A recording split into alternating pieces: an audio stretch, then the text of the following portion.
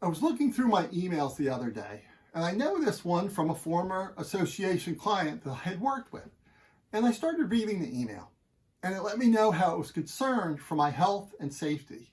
And then it stated that they were monitoring the situation, they were evaluating it. They had checked with their board members and others involved in the association, and they had decided to postpone their conference that was scheduled 2 months down the line. Next, it talked about the impact and the importance that we as members make on the economy and the impact that we have. They then provided a link to the CDC and other resources that would provide information on the current health crisis. They then stated that they would be a resource going forward. After I read this email, I thought, sounds pretty interesting. Sounds like they're making some changes. They're doing what's appropriate. And then I started to read through my emails in the next few days. And as I looked at these other emails, whether it was from associations and nonprofits, the Boy Scouts related to my son, or even DSW, the shoe store. And they all had the same format.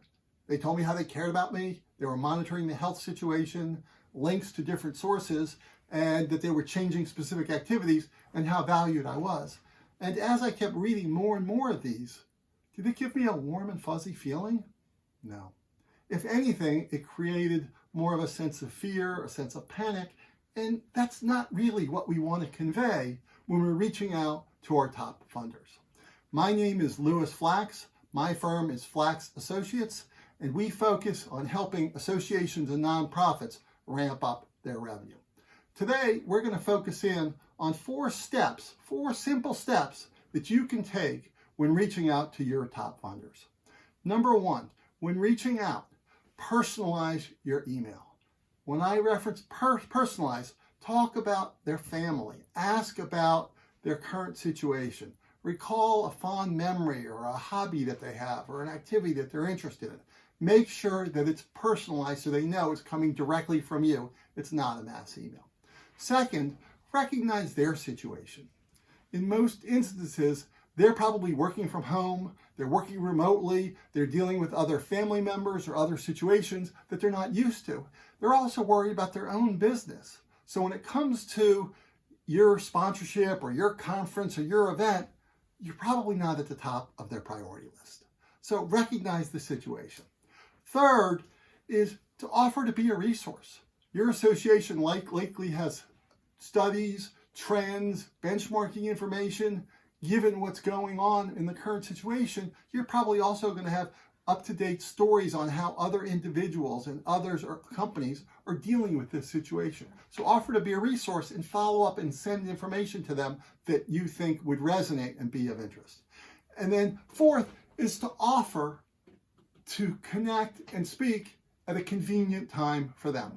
Don't state, I'll follow up in 3 days to discuss a specific funding or sponsorship.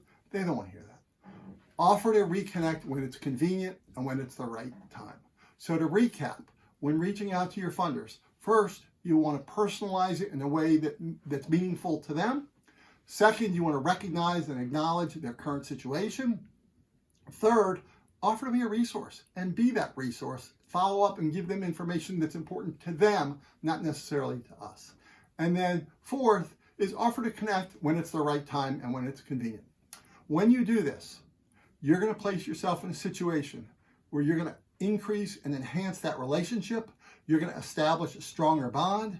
And when it comes time, when they're evaluating future options and future funding situations, you're likely going to be at the top of their list because you've created a stronger personal connection and bond. Today, the request is not to like or hit subscribe. Don't do that. Reach out to someone that you really care about and let them know how important they are. When you do that, you're going to place yourself in a much stronger position with yourself and with them.